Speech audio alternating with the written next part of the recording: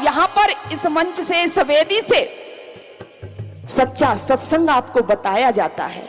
और वो सत्संग मेरे गुरुदेव दयानंद ने, गुरुदेव तो बहुत आए इस दुनिया में, आज भी आ रहे हैं गुरु, लेकिन मैं उनका जिक्र नहीं करूंगी। ये गुरु तो वो आया जिसने अपने घर को छोड़ दिया, पिता के वैभव को छोड़ दिया, चल पड़ा अनंत की अनजानी राहों में। घर को छोड़ा, उस समय इसकी आंखों में आंसू नहीं है। घर में दो घटना और घटित हुई, बहन की मृत्यु हुई लेकिन ये रोया नहीं, चाचा की मृत्यु हुई लेकिन वो रोया नहीं।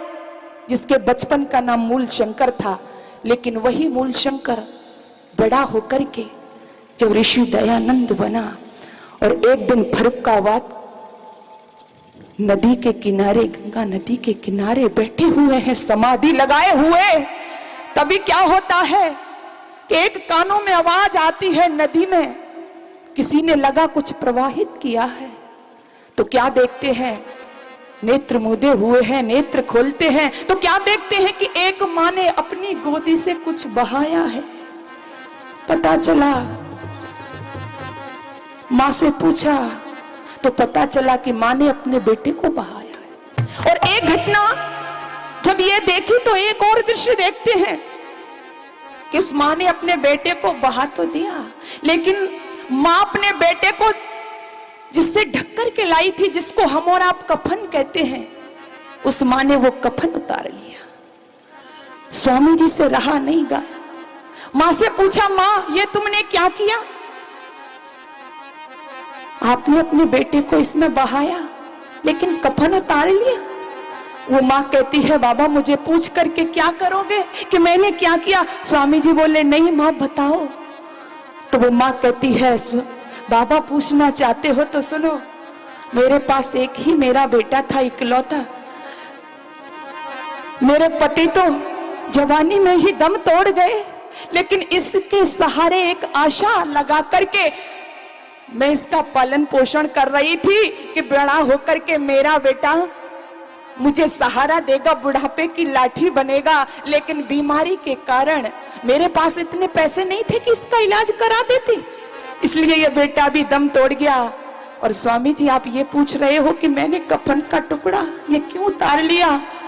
तो स्वामी जी, ये जो कफन के रूप में मैं ढक कर के लाई थी मैं इस बच्चे के ऊपर, ये मेरी साड़ी का टुकड़ा था।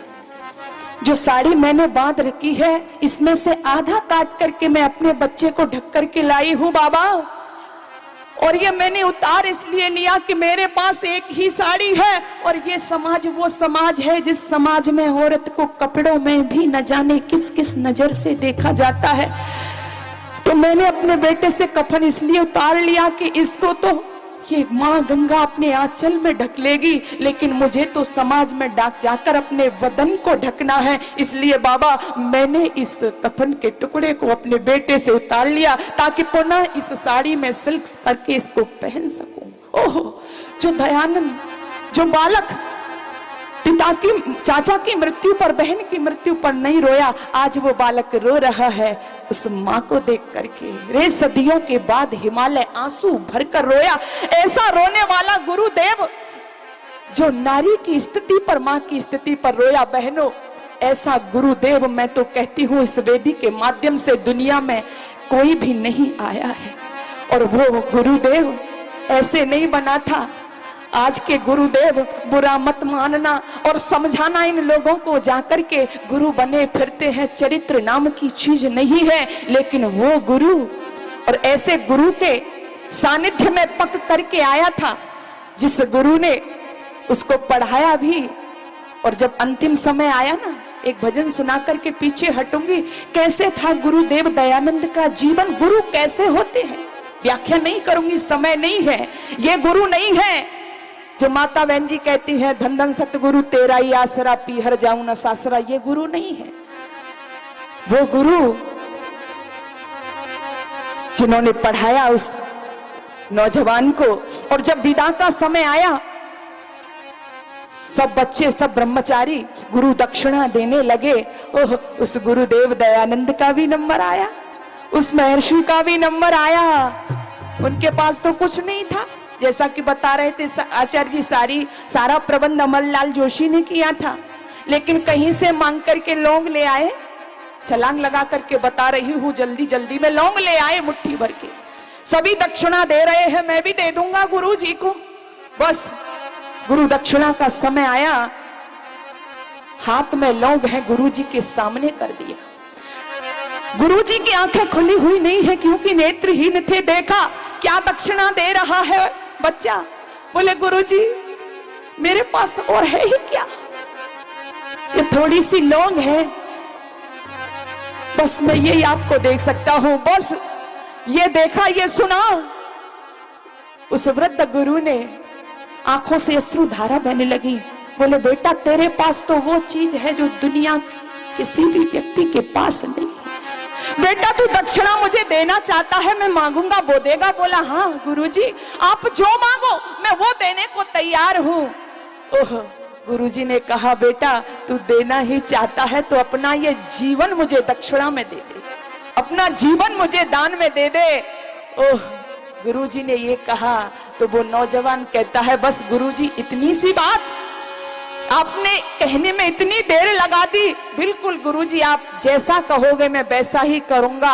आज से तुम्हारे सामने मैं जो खड़ा हुआ हूं ये हाथ मेरे नहीं बल्कि आपके हाथों के रूप में कार्य करेंगे, ये नेत्र मेरे नहीं बल्कि आपके नेत्रों के रूप में कार्य करेंगे। आज से ये मेरा तन मन धन इस देश की सेवा में, समाज की सेवा में अर्पण है। ऐसा गुरुदेव दयानंद बनकर के निकला और एक बात कहता है, आइए भजन सुनाती हूँ आपको। गुरु कैसे होते हैं, कैसा था वो ब्रह्मचारी, कैसा था वो महर्षि जिसका भजन गाने आज तक हम गाते हैं। आइए एक बात कहते हैं,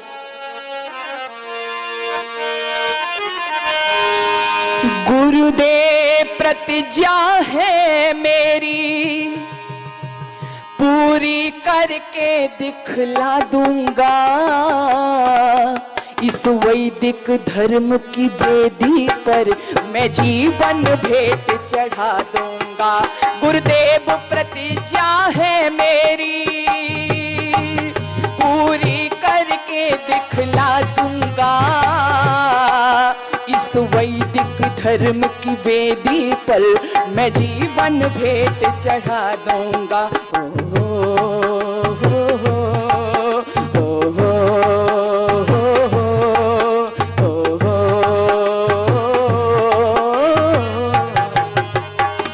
और यूं बोला, धन पास नहीं तन मन अपना श्री गुरु चरणों में रखता हूँ।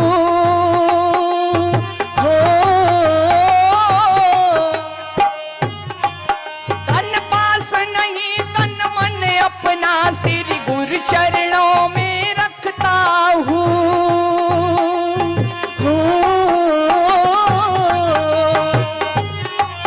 गुरु आज्ञा पालन करने की मैं आज प्रतिज्ञा करता हूँ।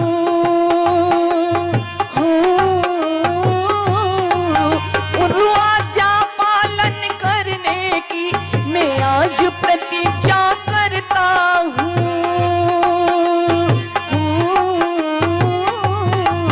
भारत की पावन वेदी पर, भारत की पावन वेदी पर अपना सर्वस्व लुटा दूंगा, इस वैदिक धर्म की वेदी पर मैं जीवन भेंट चढ़ा दूंगा।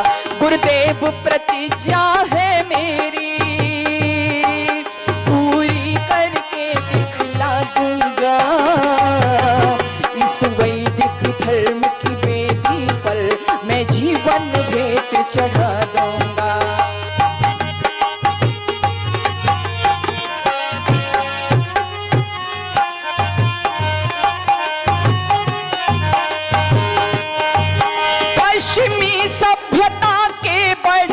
तूफानों का मुख मोड़ूंगा, हो पश्चिमी सभ्यता के बढ़ते तूफानों का मुख मोड़ूंगा, हो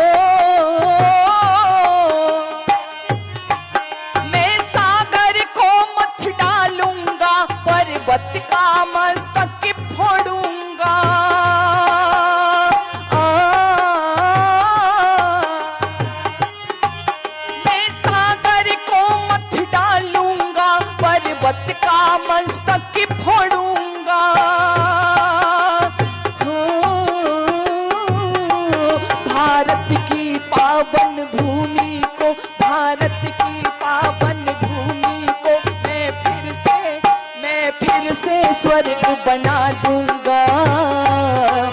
इस वैदिक धर्म की वेदी पर मैं जीवन भेंट चढ़ा दूंगा। गुरुदेव प्रतिज्ञा है मेरी।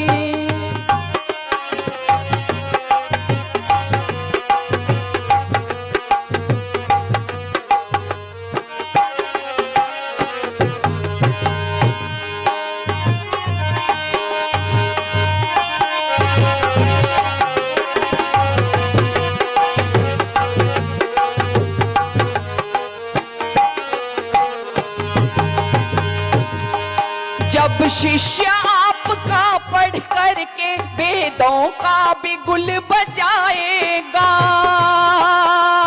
हो जब शिष्य आपका पढ़ करके वेदों का बिगुल बजाएगा,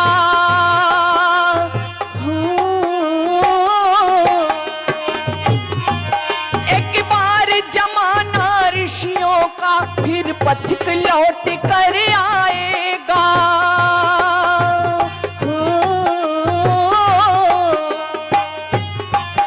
एक बार जमाना ऋषियों का फिर पथिक लौट कर आएगा। वेदों की अमृतवाणी का, वेदों की अमृतवाणी का मैं घर घर नाद बजा दूंगा। इस वैदिक धर्म की वेदी पर मैं जीवन भेंट चढ़ा दूंगा। गुरुदेव प्रतिज्ञा है मेरी, पूरी करके दिखला दूंगा।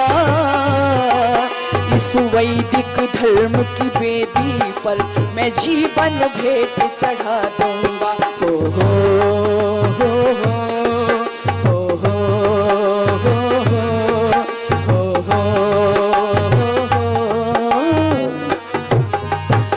जानते हैं किस तरह से अपने गुरु को दिया हुआ वचन उस महर्षि ने अपने जीवन पर्यंत निभाया।